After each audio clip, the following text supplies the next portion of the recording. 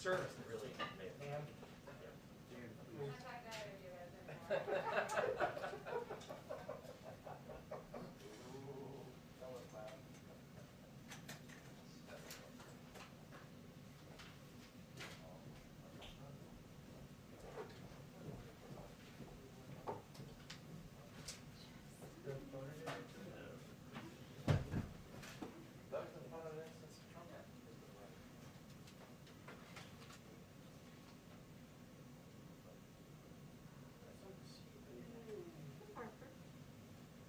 hey, how are you? Good. How are you? Good. Good to see you. Here's one. Are you supposed to be in the tight corner or the? You're in the tight corner. You see your mic, right? Yes, I can. Yeah, that's fine. You gotta climb over people. Go like this. You're inconveniencing him. Right? You're inconveniencing him. Yeah, but that's like Look at this guy. They are so cool. No. all over each other. Let's go here for 1 second. He's already put his No, name. but you pick up and you can call. Anything else you'd like for us to change for you, Jim? Sorry, Outrageous. This is outrageous. I'm viewing for my cameraman.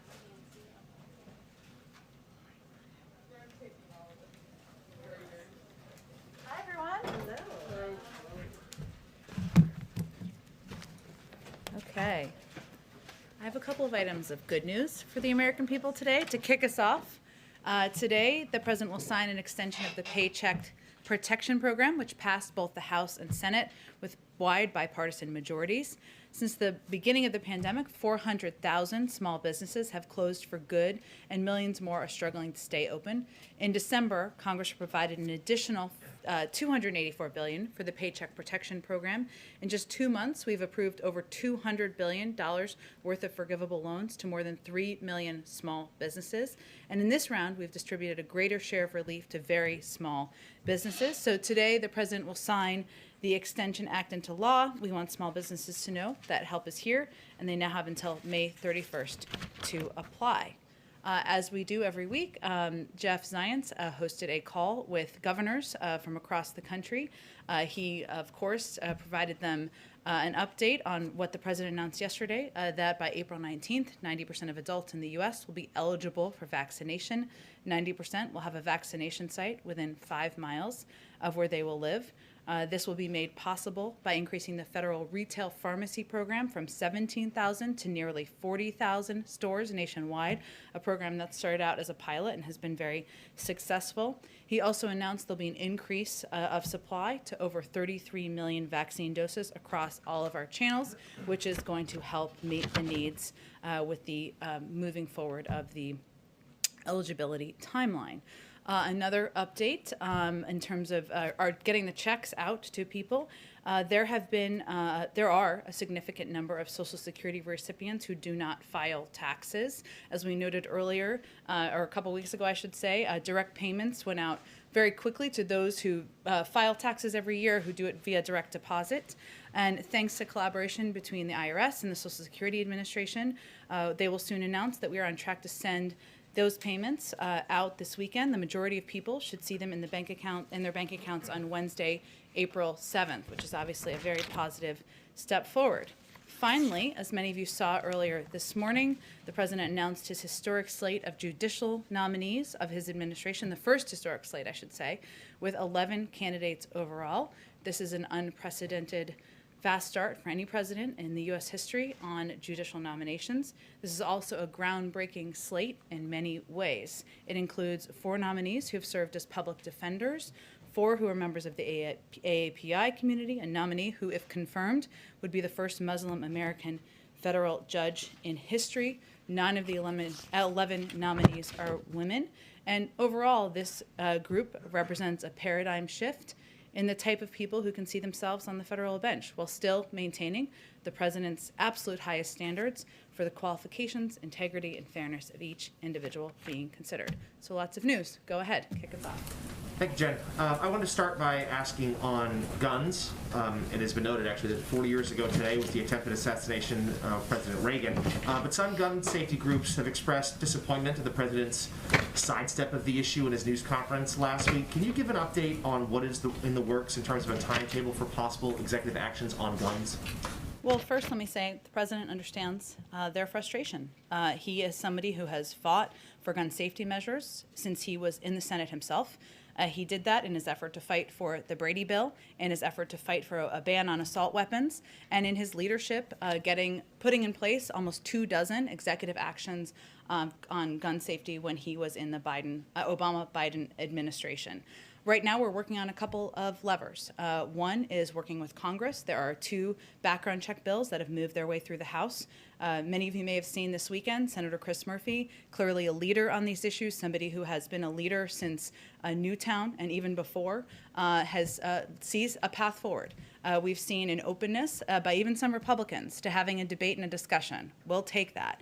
While that is moving, while there are discussions on that front, and the president will certainly be engaged in those, we are also continuing to review and consider what the options are for executive actions. We hope to have an update on that soon. I don't have an exact day for you at this point in time. Okay, follow up on that, and then one other matter. On guns, does the president still plan to go to Colorado after the mass shootings there, and if so, when? I don't have an update on a trip to Colorado. Obviously, that trip would be done in coordination with the leaders in the state, community that was impacted by this terrible tragedy, but I don't have any plans to preview for a trip to Colorado at this point. And then one more thing. On another lighter matter, it's obviously a presidential tradition to throw out the first pitch on opening day, which I'm happy to report is Thursday. But the Nationals have said that the president declined their invitation to go to this year. Why is that? Why is he not going? Is this about crowds in the park? Is it about sending wrong messaging? Why is he choosing not to be there on Thursday? Well, first, let me say I know the president's eager to get out to National Stadium. Many beautiful days, many beautiful baseball games ahead this spring. It's not on his schedule this week, but I certainly expect that baseball fans will be hearing from him in the next couple days. Go ahead. Thanks, Jen. Question about your infrastructure proposal being released tomorrow. Is it going to focus more on shovel-ready projects that could get underway right away, or is it focused more on projects that might take a couple of years to get started but could ultimately have a bigger impact? It's a great question, and I expect we'll have more to outline on how quickly things can happen once he delivers the speech tomorrow. But let me just say that the speech tomorrow is about making an investment in America. Not just modernizing our roads, our railways, our bridges, but building an infrastructure of the future. So some of it is certainly infrastructure shovel-ready projects. Some of it is how do we expand broadband access. Some of it is ensuring that we are addressing the needs in people's homes and communities. So there are a range of components that he'll talk about when he proposes his ideas tomorrow, when he lays that out in his speech in Pittsburgh. And how much more should wealthy Americans expect to pay? Will the top marginal rate go back to 39.6% under this proposal? Well, I expect that tomorrow, again, the speech is really about his vision for creating jobs, good paying union jobs, and really investing in the industries of the future. But he thinks it's the responsible thing to do, to propose a way to pay for that over time. So, and he also believes that there's more that can be done to make the corporate tax code fair. And so I expect that will be the focus of his remarks on taxes tomorrow. And what about the estate tax? Is that something you're also considering increasing? Again, I'm not going to get too far ahead of the president's own speech and proposal, and I know we'll be previewing it more in the next 24 hours, but he believes that there's more that can be done to make the corporate tax code fair, to reward work, not wealth, to ensure that we can invest in the future industries that are going to help all people in this country. And one other topic, 23 countries have signed on to the idea of this WHO treaty that would improve information sharing during future pandemics. Why hasn't the U.S. signed on to that?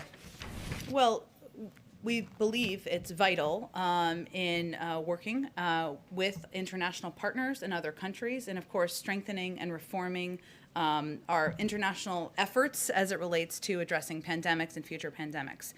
We do have some concerns primarily about the timing and launching into negotiations for a new treaty right now, and we believe that could divert attention away from substantive issues regarding the response, preparedness for future pandemic threats, and we believe that should be our focus currently. But we're certainly open to looking for continued collaboration with the global community. Go ahead. Does President Biden believe that the millions of Americans who lost loved ones to COVID-19 deserve a better response than one that they've gotten from the WHO? In terms of looking into Origins for COVID-19. Well, I think he believes that the American people, the global community, the medical experts, the doctors, all of the people who have been working to save lives, the families who have lost loved ones, all deserve greater transparency. They deserve better information. They deserve steps that are taken by the global community to provide that. So there was an extensive statement put out by a number of countries, including the U.S., but let me highlight, we're still reviewing the report, but let me highlight some of the concerns that have come up to date. The report lacks crucial data, information, and access. It represents a partial and incomplete picture. There was a joint statement, as I noted, that was put out. We also welcome a similar statement from the EU and EU members, sending a clear message the global community shares these concerns. There are steps from here that we believe should be taken. There's a second stage in this process that we believe should be led by international and independent experts. They should have unfettered access to data. They should be able to ask questions of people who are on the ground at this point in time, and that's a step the WHO could take. And that statement says that the U.S. joins these countries in expressing shared concerns. But the statement, quite frankly, is pretty bureaucratic and perhaps does not meet the moment of the seriousness of the crisis here in this country in terms of the death toll. So what is the White House's actual reaction to this report from the WHO? Was it simply inadequate? Well, the report is still being reviewed by our team of experts. 17 experts are reviewing it. But you know the headline of it, and it's not sufficient. You've We said agree, so. and we have long said, as I just stated, it lacks crucial data, information, it lacks access, it lacks transparency. It certainly, we don't believe that in our review to date that it meets the moment, it meets the impact that this pandemic has had on the global community. And that's why we also have called for additional forward-looking steps.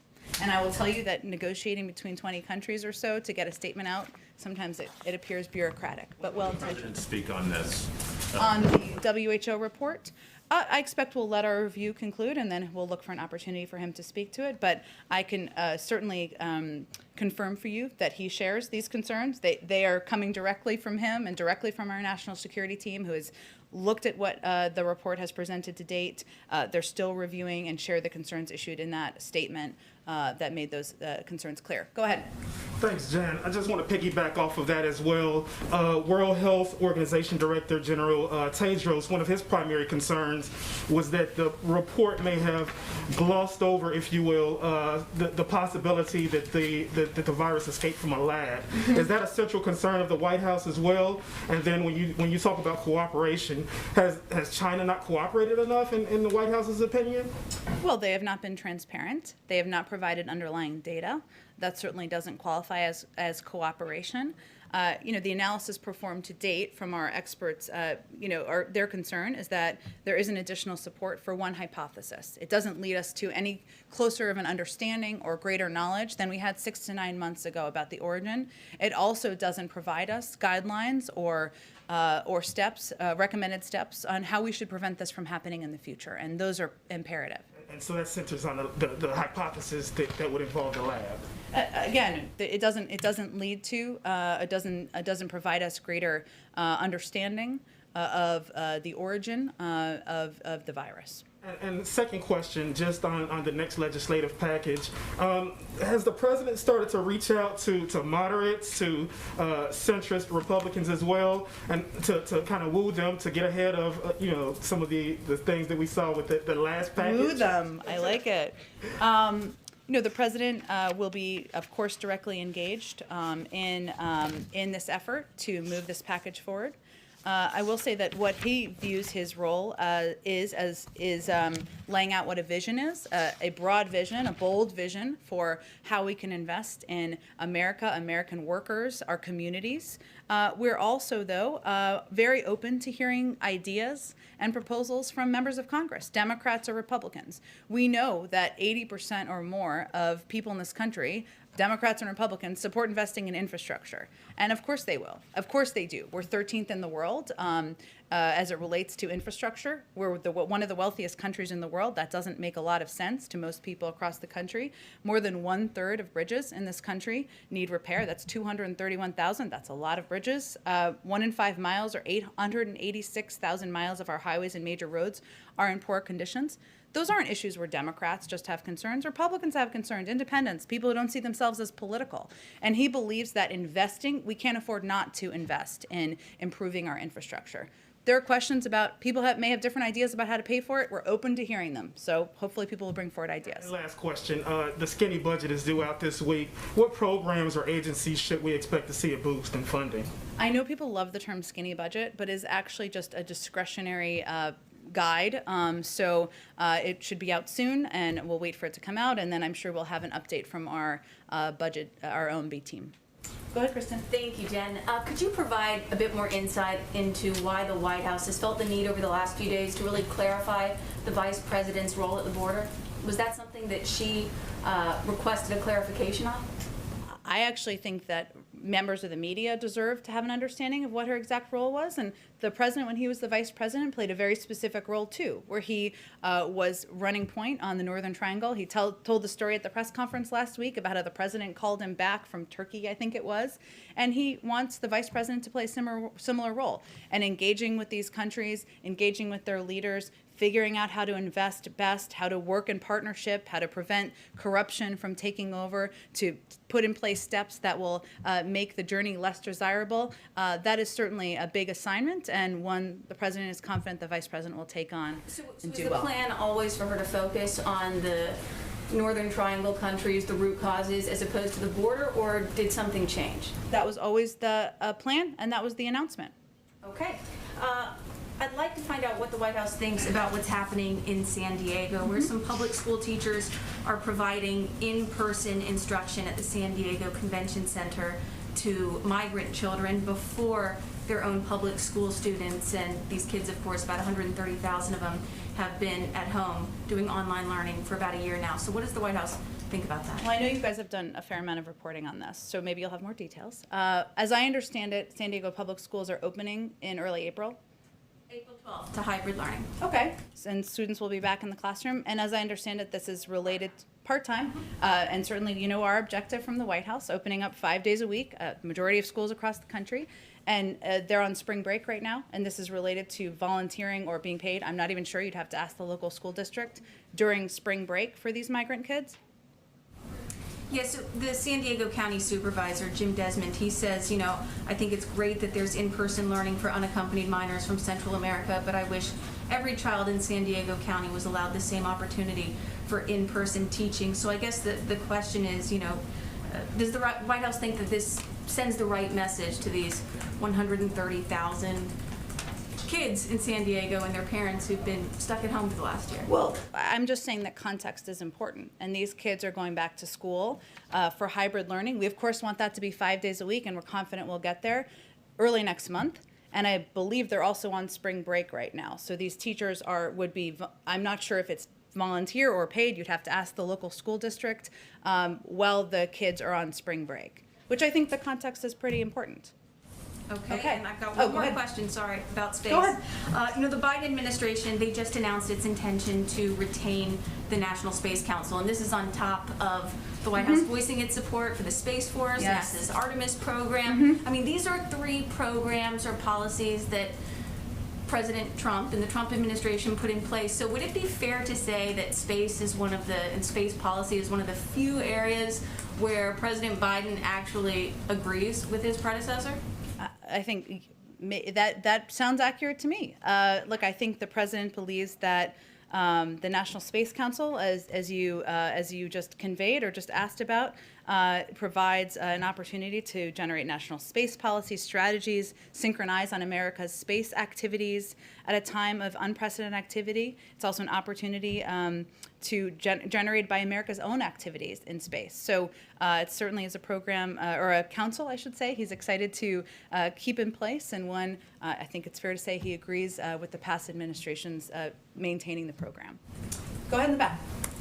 The White House has been talking about a lot of different types of infrastructure over the last few weeks leading up to the announcement tomorrow. Can you give us a sense of what the general breakdown is going to be on, clean energy and climate type projects versus roads and bridges?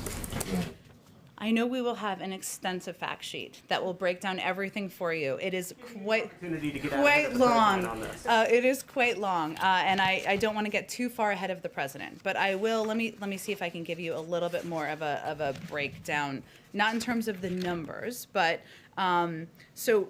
Certainly investing in, we've talked about this a little bit, roads, rails, and bridges is part of it. The president believes that we can do that in a way where we can create good paying, clean energy jobs, union jobs. That's part of his vision for investing in industries of the future. He also believes there's more we can do on broadband and ensuring that the far too large percentage of the American people who don't have access, and we invest in that.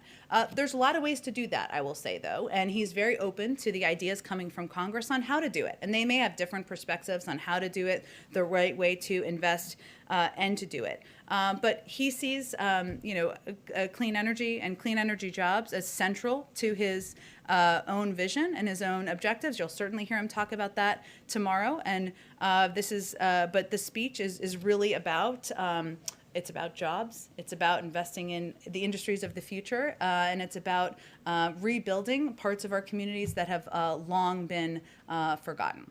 Does the White House have a response to this new Chinese law finalized earlier today that essentially allows them to vet parliamentary candidates in Hong Kong for so-called non-patriots to not be allowed to run for office? I know we have certainly expressed concerns about the undemocratic steps of the Chinese government in the past. I'll have to check with our national security team. I had not asked them about this specific piece, but we will get back to you shortly after the briefing. Go ahead, Chris. So Chuck Schumer is urging people to write and email the president, the White House, in hopes that he will cancel up to $50,000 of student loan debt. Why do you think that Schumer has such a fundamentally different reading of what the president can and should do? And if you could answer yes or no, has the president ruled out taking unilateral action on this yet? No, he has not. I will say that I do have some good student loan news for you, which you didn't even know you were going to tee up for me, but we will be expanding the pause on student loan interest and collections to the more than 1 million borrowers who are in default on a loan that was made by a private lender in the old bank-based loan program known as the Federal Family Education Loan Program. The step particularly protects 800,000 borrowers who are at risk of having their tax refunds seized. That's actually a pretty significant steps. The president continues to call on Congress to cancel $10,000 in debt for student loan borrowers. That's something Congress could take an action on, and he'd be happy to sign. We're still taking a closer look at our options on student loans. This includes examining the authorities we have, the existing loan forgiveness programs that are clearly not working as well as they should. This includes borrower defense, total and permanent disability charges. There's a lot of steps we're looking at, and we'll continue to review those and be in touch, of course, with Leader Schumer about our process. Do you have a sense of the timing on that, how long those reviews might take? I don't have an update on the timing. There's a legal and a policy review. Go ahead. Oh, Trevor, did you have a question? I didn't mean to skate. Go ahead. I always have a question. Of course. So first, just on the infrastructure questions that we were talking about, Yeah. You said yesterday that there would be a dollar-for-dollar accounting of how the measures would be paid for. Yep, paid for over time. Yep. Paid for over time. Mm-hmm. Is the president willing to sign a bill that does not pay dollar for dollar for all of the proposals that he has? Well, the president believes it's responsible to propose a way for paying over time for his vision for investing in infrastructure and our economy and American workers. There will be a range of views, including how to pay for it. People will be for or against. Some people may not want to pay for it, and he's open to having those discussions. So, but the focus of his speech, of his proposal, is on investing in America. We're talking about tax reform proposals that would help pay for it over time. But the reason he is putting those forward is because he thinks it's responsible to put forward a plan to pay for it as a means of discussing that. But it's really about investing in workers. But he is open to deficit financing in a final package. Is that? Again, I think we haven't even proposed the speech yet. There'll be a range of views on Capitol Hill, as we all certainly know. He's proposing a way to pay for his proposals over time. We'll look forward to hearing from members of Congress on how they want to approach it, given there's such strong support for infrastructure investment across the country. Okay, and just on a quick one on foreign policy. Iran has come out and basically already rejected a proposal that you haven't even put on the table yet. About relaxing some of the sanctions against them to get them to come to the table. They say all of the sanctions need to be relaxed before they'll consider any changes on enrichment. Is there any point to putting a proposal on the table if it's already going to be a non-starter? Well, we remain committed to pursuing a diplomatic process to determine a way forward. Sometimes that takes some time, and we certainly have found that in the past as it relates to negotiations with Iran. We remain ready to reengage in meaningful diplomacy to achieve a mutual return to compliance with the JCPOA commitments. And that offer to discuss and engage is on the table. Go ahead. Thanks, Jen. One quick follow-up on space and then two others. Sure. So Vice President Pence had a pretty public-facing role with National Space Council. He was kind of involved in the policy making. I know it's a new thing here, but will Vice President Harris have a similar involvement with the Space Council on her end? It's a great question. I know it's the Space Council technically falls under the Vice President's team and office. I'd have to talk to her team about her public-facing role, and I'm happy to do that. Gotcha. One on ambassadors. So there is yet to be an appointment for the U.S. ambassador to China. There's been some reporting that there's rumors about kind of jockeying of who that person might be. Any updates on the appointment timeline, even a short list for that posting? I know I've seen a lot of names reported out there, some of which would be great choices, but I don't have an update on the timeline for announcing the nomination of ambassadors. For the summertime, anything broad? Certainly hope so, but I don't have an update on when the president will make any decisions. One quick one on the Supreme Court. So about a year ago, I would say, President Biden, then candidate Biden, committed to putting a black woman on the Supreme Court. Of course, today's appointments and news kind of generate some buzz on who those folks might be. Is there any update, anything you could advance for us on Vice President Biden's efforts to put a black person on the Supreme Court, any kind of short list situation to that end? It would require there being an opening on the Supreme Court, of course. There is not an opening on the Supreme Court.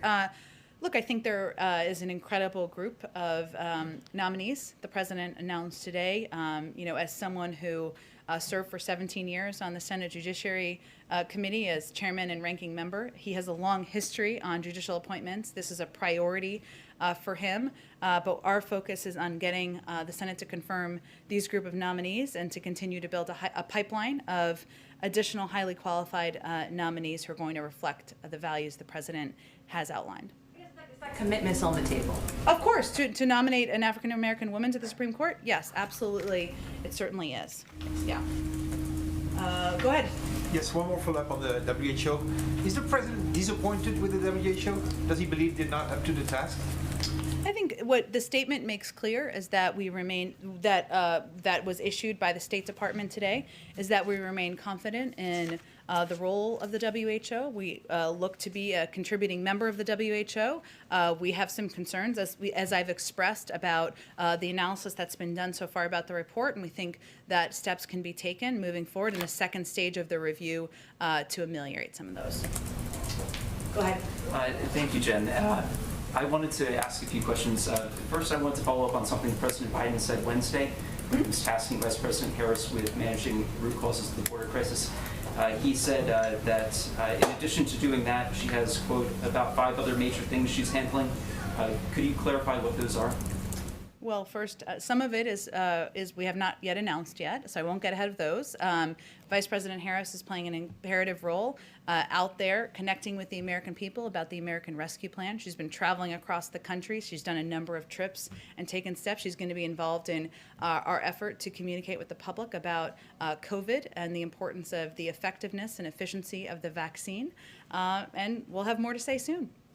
A quick follow-up on a question I asked last week about the White House and the marijuana policy that impacted some fired staffers. You indicated that things might be different if marijuana was federally legal. And actually, the Democrats in the Senate, led by Majority Leader Chuck Schumer, are preparing a bill to end federal prohibition of marijuana. Does President Biden support that? He spoke about this on the campaign. He believes in decriminalizing the use of marijuana, but his position has not changed. Descheduling then, federal descheduling, and end of federal prohibition? That's been his position. Nothing has changed. And regarding the WHO, former President Trump accused the WHO of being, quote, a puppet of China. Does this report confirm that claim?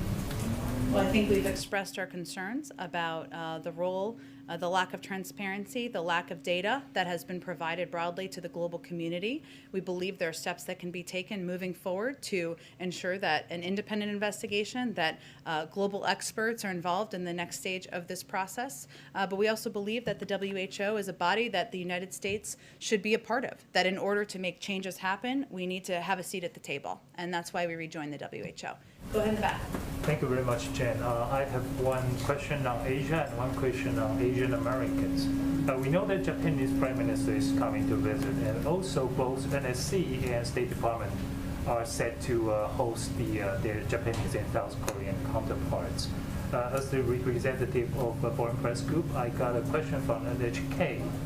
The Japanese media asked, your administration has focused on working closely with East Asian allies like Japan and South Korea to counter China, but these countries have a different relationship with China than the U.S. has with China.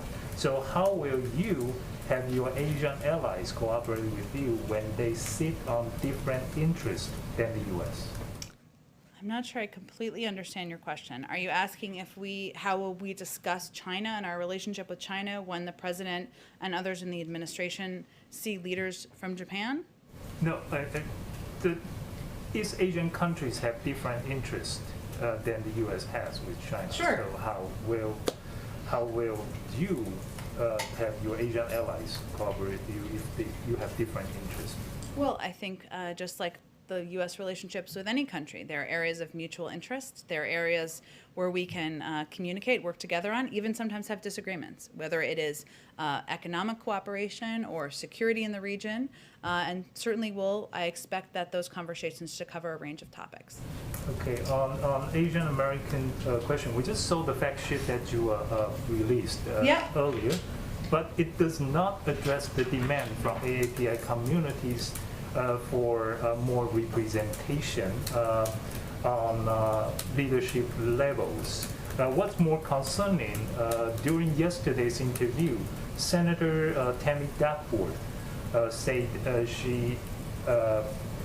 she's pushing for this representation, and the White House said to her, quote, you have Kamala, you don't really need any other Asians in the cabinet. And the Duckworth said, quote, that is really offensive.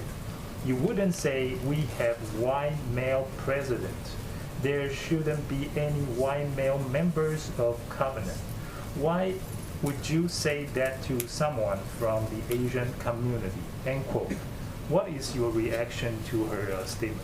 Well, first, we've had a range of conversations with Senator Duckworth since that call, which happened about a week ago, including a commitment to naming a high-level Asian American member of the AAPI community to a position in the White House. And that's something we're working to do through consultation with a range of officials and elected officials as well. And that person will be a commissioned officer and will be working on both policy and outreach. And as soon as we have a name, we will share that with all of you. But a big part of our effort has also been on taking actions to address the rise in anti-Asian violence and bias, and underscoring the commitment of our entire administration to working in partnership with the AAPI community.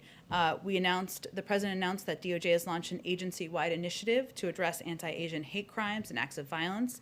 DOJ is taking steps to strengthen hate crimes data, reporting on AAPI violence, improve law enforcement training so that local law enforcement agencies can better identify anti-Asian bias.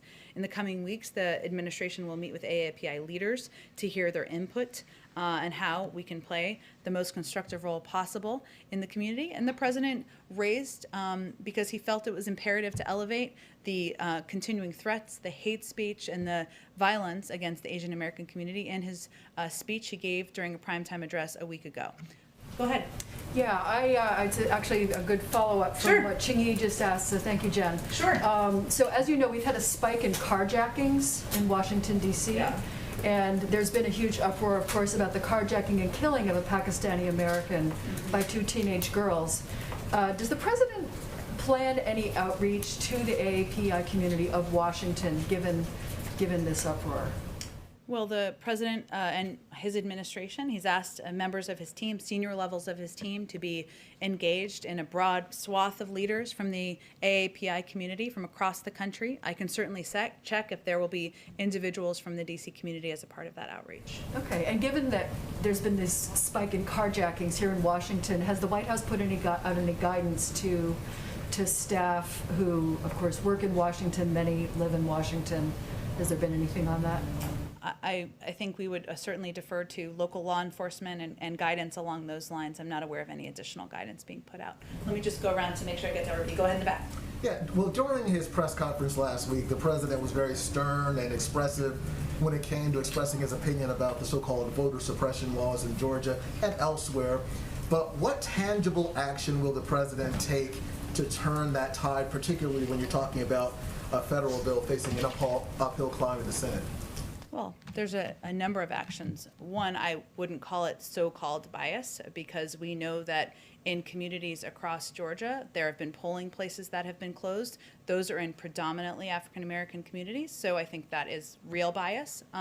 Second, I would say that we don't see these. We certainly know there's an uphill battle for lots of legislation, but we are encouraged by the conversations that are happening about moving legislation forward to make voting more accessible, more available to people across the country. The president believes it should be easier, not harder to vote, and he will look for opportunities to help push that legislation forward. He also signed a number of executive orders just a couple of weeks ago because he believes that this is a central cause and equity issue in his mind, and he wants to take steps from the White House, steps any president can take to also make voting more accessible. But we also need to continue to work with local leaders. He met with Stacey Abrams when he was in Georgia just a couple weeks ago. A lot of the power and the activism is going to come from the grassroots and incredible leaders like Stacey Abrams, who are ensuring people have the facts they need, the information they need to vote, and that they push back against oppressive efforts to make voting more difficult.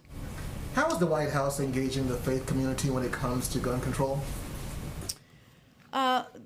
Many members of the faith community have been quite outspoken historically about the threats of gun violence that have impacted communities across the country. Certainly that would come from our Office of Public Engagement, who would lead these efforts to outreach to a range of communities. I can check with them and see if there's any specific meetings with faith groups in recent days. And lastly, go ahead. Yeah, is there anything to be read into sort of the rebranding of the Biden administration to the Biden and Harris administration? Is it a rebranding? Well, when you look on the website, it's it's Biden Harris, and that's not been necessarily the norm of the past. Is there any message being sent by that, or what's meant to be, what can be extrapolated from that? I would take from it that Vice President Harris is an important partner. She's the first in the room, the last in the room on most occasions if she's in town and not traveling around the country. It's a reflection of the important role that she will play moving forward. Go ahead.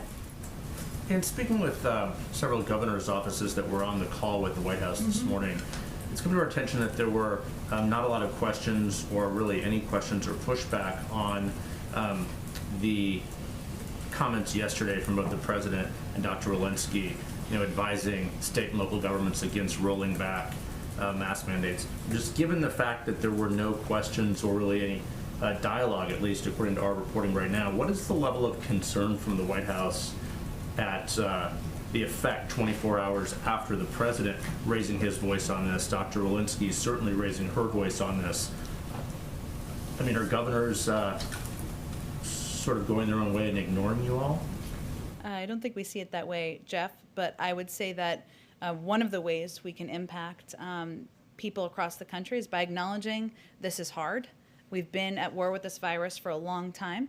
And to reiterate, as the president did yesterday, as Dr. Walensky did yesterday, that we continue to be at war with the virus.